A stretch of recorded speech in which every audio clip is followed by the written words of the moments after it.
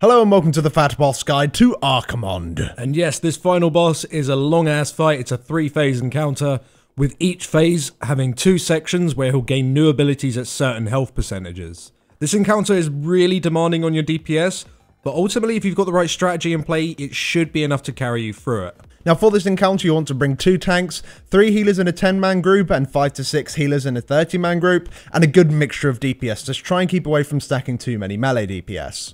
Now there's a lot to go over, so let's kick straight in and talk about phase 1.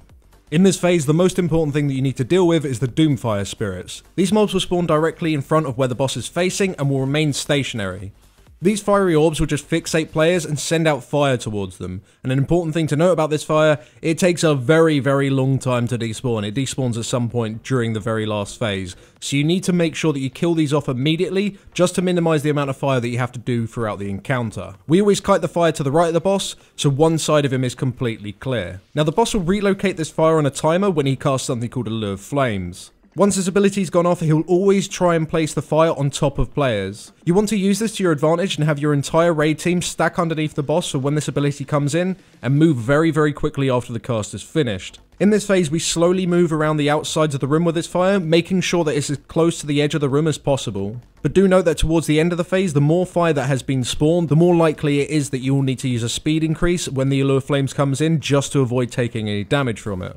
Now you can't remain stacked under the boss the entire time because of Shadowfell Burst. On a timer, the boss will knock a single range DPS or healer, as well as anyone within 8 yards of them, high into the air. When you land, you take a crazy amount of shadow damage per player that was knocked into the air. However, this damage is split. So when this ability is about to come in, you want your entire raid team spread and make sure that no one is in the melee camp apart from, of course, the tanks and the melee DPS. Only one of your players will be knocked up if you're spread correctly, and then you want everyone to run into their landing zone to split the damage. Do note that you can also immune this ability if you want to cheese it, so yeah, you can do that if you want. Now in this phase, the tanks will be hit by something called Deathbrand. This deals a very large amount of shadow damage and will spawn a Hellfire Deathcaller. While this ad is active, the tank that received Deathbrand will be taking large shadow damage every second. So it's very important that all DPS kill it off immediately. However, you still want to kill the Doomfire spirits first. Now this ad will deal damage to random targets as well, including the tanks that applies a shadow damage taken increase debuff. Kill it quickly before loads of these debuffs go off and it just gets a little bit out of hand.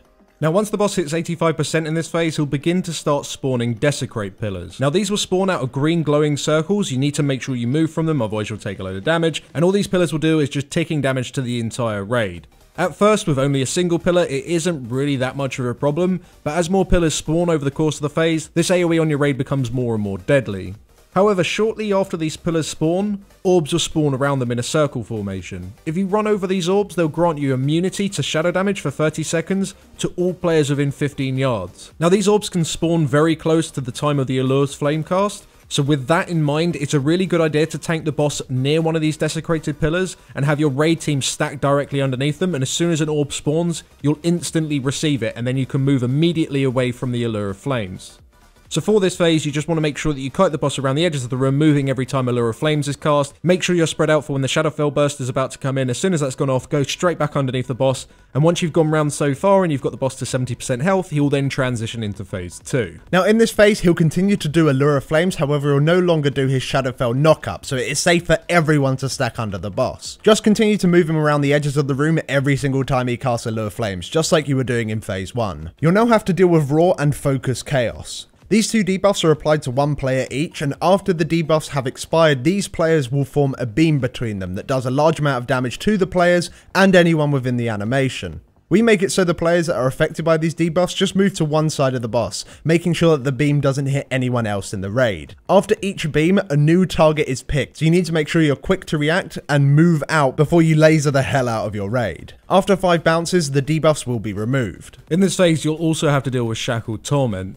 This debuff will affect 3 players, and you'll just be taking ever-increasing ticking damage over the course of this debuff. The way that you break this debuff is by simply breaking your chain, and you do this just by running from the location you was initially standing at. However, as soon as you do reach the distance required and you do break the chain, you'll explode, dealing large damage to everyone in the raid.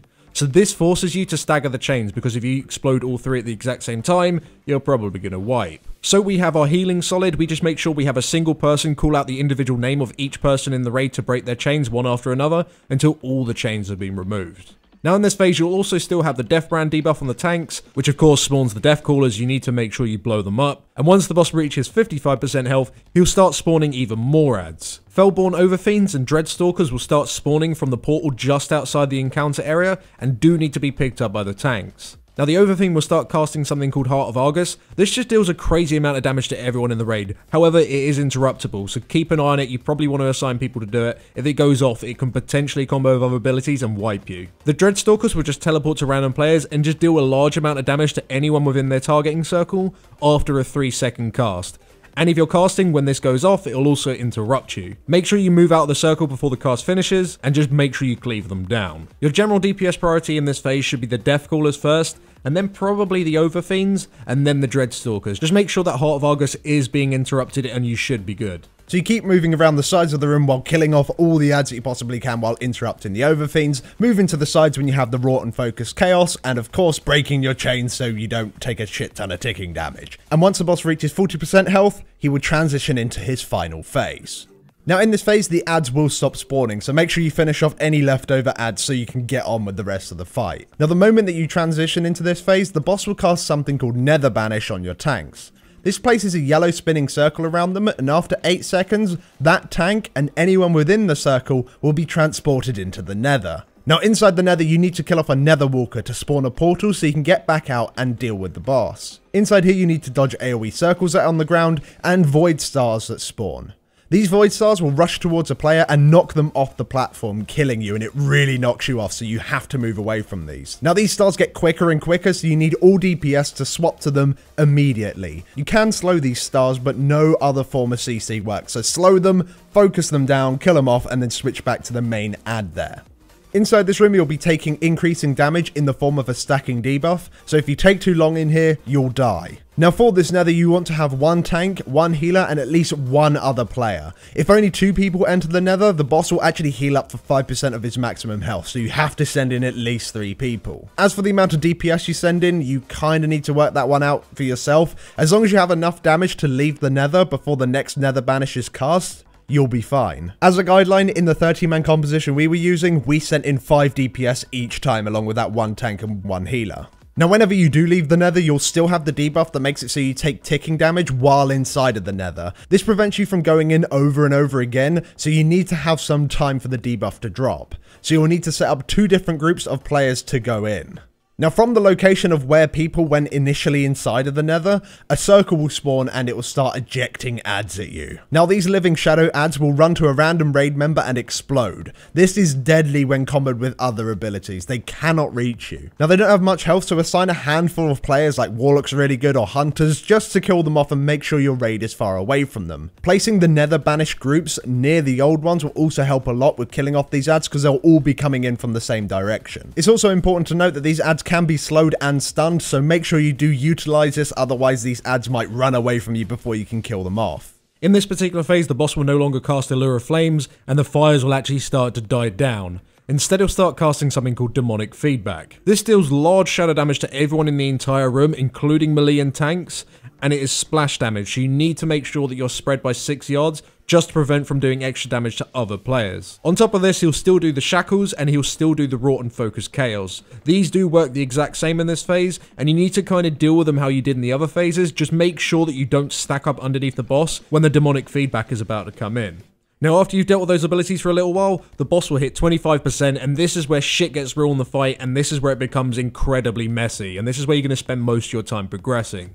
The boss will begin to summon down meteors, and for each meteor that lands, it will do 100k damage to everyone in the room. However, the further away you are from them, the less damage you take. So you need to make sure you avoid them. However, at the same time, you may have wrought chaos or chains. For the chains in this phase, it's best to break them either during the storm and use a healing cooldown, or just don't break them at all and just stand there, get spot healed, and wait for the meteors to end. In this particular overlap, we actually break our chains and just spam healing cooldowns just to keep people up. When you have wrought and focused chaos during this overlap, it's just incredibly important that everyone can see exactly who is debuffed, just so they know exactly where the beam will appear.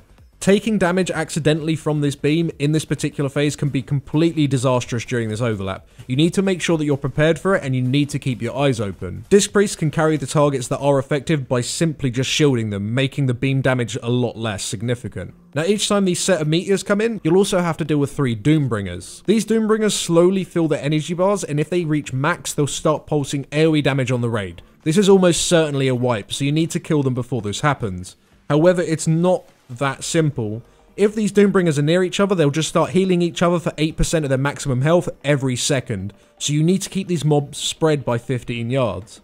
So the best way of dealing with this is having each tank pick up 1 mob each. And for the last, have a DPS, ideally like a plate wearer or a hunter, taunt it out and just tank it themselves. Now these mobs don't melee hit too hard, but ultimately to help yourselves you can stun and you can kite them. What you'll want to do is have your raid block the ones that are on the tanks, and then taunt over the last one and finish him off underneath the boss. Now these Doombringers can actually spawn whilst one of your tanks is inside the nether, and this can be mega messy when this happens. If you do have hunters though, they are so good for this. You can just distracting shot them out and then binding shot them on the floor. You can do loads of things just to CC them away from everyone else. Just make sure you single them down one by one just to get them out of the encounter as soon as possible.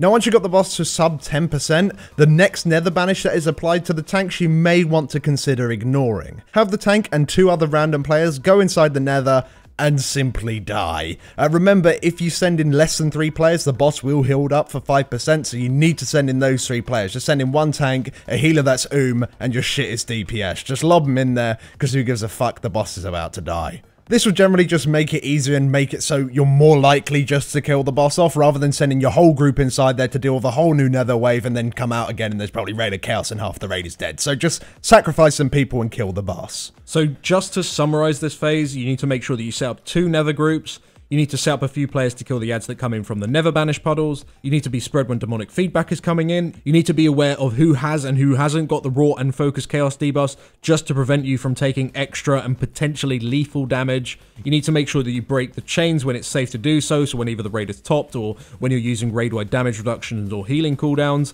You need to make sure that you move from the meteors. You need to spread and kill the Doombringers one by one. So this entire phase is a complete and utter mess when it comes down to it, but really if you can survive some of the really nasty overlaps, so like the chain and the wrought chaos on top of the meteors falling, or when you have the chains and the meteors falling, this phase does have downtime in between where you can just literally pop Bloodlust and nuke down the boss. Now the number one thing that I definitely think that a lot of people will have issues with is during this last phase, you don't need to be spread across the entire fucking room. Your poor healers don't have that much range, and you only need to be 6 yards away from everyone else. So do take that into account. Don't be 50 fucking yards away from everyone else. Remain relatively stacked up, but of course, while being spread for 6 yards, and that way you won't die because you'll be in range of healers all the time. And assuming you can do that, and assuming you can kill all of his ads, you can kill the boss, watch the cutscene, be disappointed, and get some loot. But thank you very much for watching, guys. This guide did help you out, then please do drop us down a like, it helps us out a lot. And we shall see you in the Mythic Guides. Thanks for watching. Thanks for watching.